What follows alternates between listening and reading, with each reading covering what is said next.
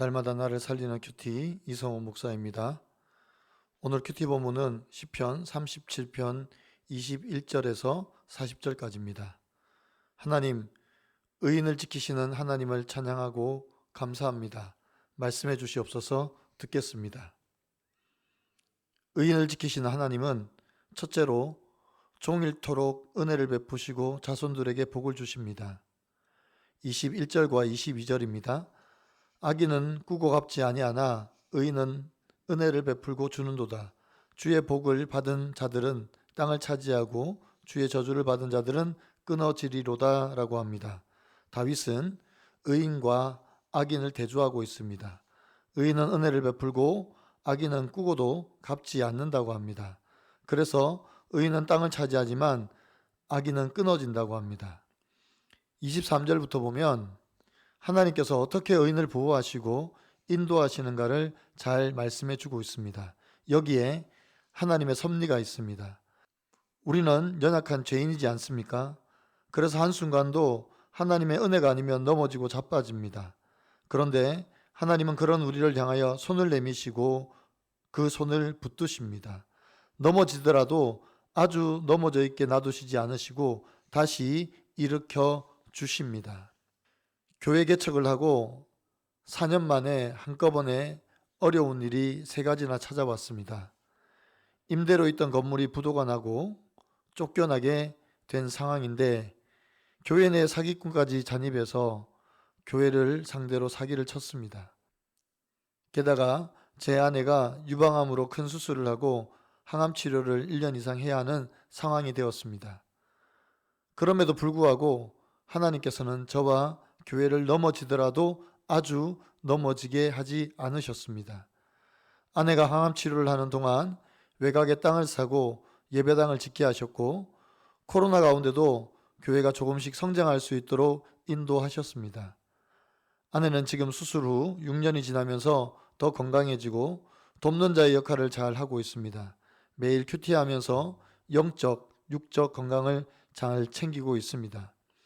하나님은 의인이 버림당하거나 그의 자손이 걸식당하는 것을 원치 않으시고 종일토록 은혜를 베푸시며 믿음의 자손들에게 복의 복을 더하여 주십니다. 여러분은 어떻습니까? 완전히 넘어졌다고 생각했는데 하나님께서 다시 일으킨 경험은 무엇입니까? 하나님께서 믿음의 자녀들을 걸식하지 않게 하시며 복 주실 것을 믿습니까? 그러면 우리 자녀들을 우리가 어떻게 키워야 하겠습니까?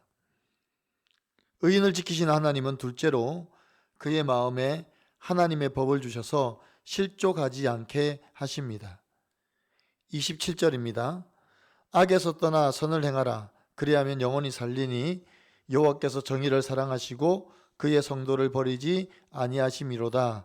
그들은 영원히 보호를 받으나 악인의 자손은 끊어지리로다 라고 합니다. 다윗이 강력하게 말합니다. 악에서 떠나 선을 행하라. 악에서 떠나는 것이 무엇입니까? 자기 만족과 유익을 위해서 사는 삶에서 떠나는 것입니다. 욕심과 이기심을 내려놓고 하나님의 은혜를 구하는 것입니다. 더 나아가서는 하나님의 말씀을 내 마음에 두고 정의를 행하는 것입니다. 하나님은 자기 백성들을 사랑하십니다. 그래서 악으로부터 보호하십니다. 그러나 악인은 하나님으로부터 반드시 끊어집니다. 32절과 33절입니다. 악인이 의인을 엿보아 살해할 기회를 찾으나 여호와는 그를 악인의 손에 버려두지 아니하시고 재판 때에도 정죄하지 아니하시리로다 라고 합니다. 우리 모두는 하나님의 법정, 즉 심판대에 서야 합니다. 악인은 그 법정에서 반드시 그 죄에 대하여 추궁을 당하며 책임과 대가를 받게 되지만 의인은 결코 정죄를 당하지 않습니다. 왜 의인은 정죄를 당하지 않습니까? 우리의 의로움이나 행위로 말미암음입니까? 그렇지 않습니다. 오직 우리를 정죄하지 않으시는 하나님의 은혜로 말미암음입니다. 39절과 40절입니다. 의인들의 구원은 여호와로부터 오나니 그는 환난 때에 그들의 요새이시로다. 여호와께서 그들을 도와 건지시되 악인들에게서 건져 구원하심은 그를 의지한 까닭이로다 라고 합니다. 하나님께서 의인들을 환난에서 건지시고 구원하시는 이유가 그를 의지한 까닭이로다 라고 말씀합니다. 오직 우리를 죄와 사망에서 건지실 분은 하나님 한 분뿐입니다. 그래서 우리가 하나님만 의지합니다. 이것이 의인에게 주어진 축복입니다. 적용해 보세요. 내가 당장 떠나야 할 악은 무엇입니까?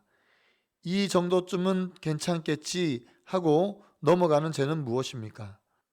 나를 환난에서 건지시고 구원하실 분이 오직 하나님 한 분뿐임을 믿고 의지합니까? 아니면 세상의 힘 앞에서 넘어집니까?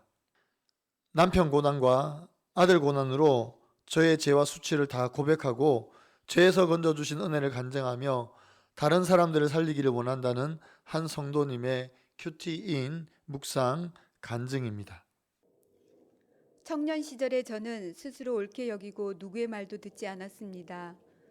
부모에게 받은 상처로 세상에서 방황하며 살다가 충동적으로 결혼한 뒤 2년 만에 이혼했습니다. 이후 홀로 어린 딸을 키우다가 이상형인 지금의 남편을 만나 재혼하고 두 아들을 낳았습니다. 첫째 아들을 임신했을 때 하나님은 내가 너를 안다는 말씀으로 저를 찾아오셨습니다. 하나님까지 만나니 앞으로 행복한 일만 있을 줄 알았지만 제 기대와 달리 재혼 생활은 무척 힘들었습니다. 그러나 그 덕분에 믿음의 공동체에 속해 내 고난이 제보다 가벼움을 알게 되었습니다. 또한 남편도 교회에 나와 온 가족이 함께 예배 드릴 수 있었습니다. 그런데 이번에는 자녀들의 사춘기 고난이 찾아왔습니다. 남편과 아이들은 육탄전을 벌일 정도로 갈등이 심했고 저와의 관계도 안 좋아진 남편은 저와 몸싸움을 벌이다 결국 가정법원에서 심리상담 처분을 받게 되었는데 이 일은 남편의 구원 사건이 되었습니다. 이후로 남편은 가족 우상을 내려놓고 말씀을 묵상하며 공동체 모임에 참석했습니다. 한편 성인이 된 두 자녀는 여전히 영적으로 방황하고 있습니다. 자기들이 알아서 돈 벌고 살 테니 간섭하지 말라고 합니다.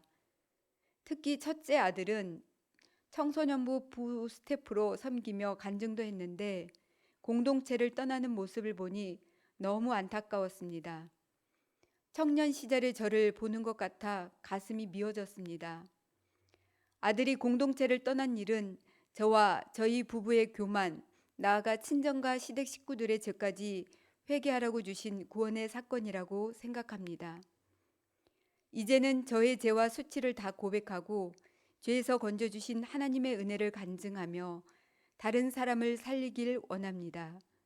그럴 때 대물림 되는 죄가 끊어질 줄 믿습니다. 현재 군 복무 중인 첫째 아들이 구원의 복을 받고 누리며 훗날 부모가 되었을 때 자녀에게 믿음의 유산을 물려주길 기도합니다. 저의 적용은 아들이 집에 오면 반갑게 맞아주고 맛있는 밥상을 차려주겠습니다. 매일 아침 남편과 함께 말씀을 묵상하고 느낀 점을 나누겠습니다.입니다. 다윗은 의인과 악인을 대조하며 악인의 심판과 의인의 구원에 대하여 우리에게 말씀해 주십니다. 그래서 악에서 떠나 선을 행하라고 명령합니다. 또한 여호와를 바라고 그의 도를 지키라고 명령합니다.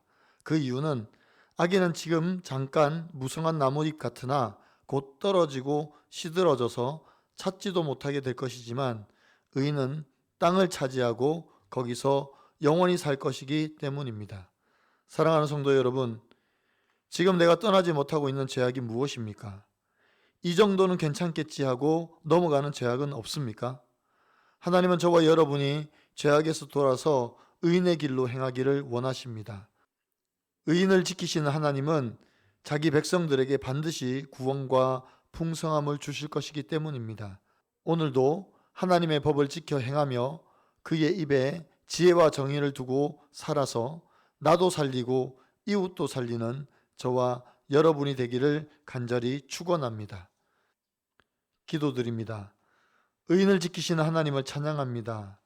사람의 걸음을 정하시고 그의 길을 인도하시는 하나님께서 오늘도 우리를 지혜와 정의로 이끄심을 감사합니다. 주님, 이제는 저희가 악에서 떠나 선을 행하도록 도와주시옵소서. 악인의 득세로 말미암아 분노하고 속상해하는 것이 아니라 하나님께서 반드시 그들을 심판하셔서 끊어지게 하시고 사라지게 하신다는 것을 믿고 보게 하여 주시옵소서. 범죄자들은 함께 멸망하고 악인의 미래는 끊어진다고 말씀하신 것을 믿습니다. 이 땅에 하나님의 정의를 주시고 공의를 행하여 주시옵소서. 결국 하나님을 의지하는 의인에게 구원과 풍성함을 주실 것을 바라봅니다. 예수 그리스도의 이름으로 기도드리옵나이다. 아멘.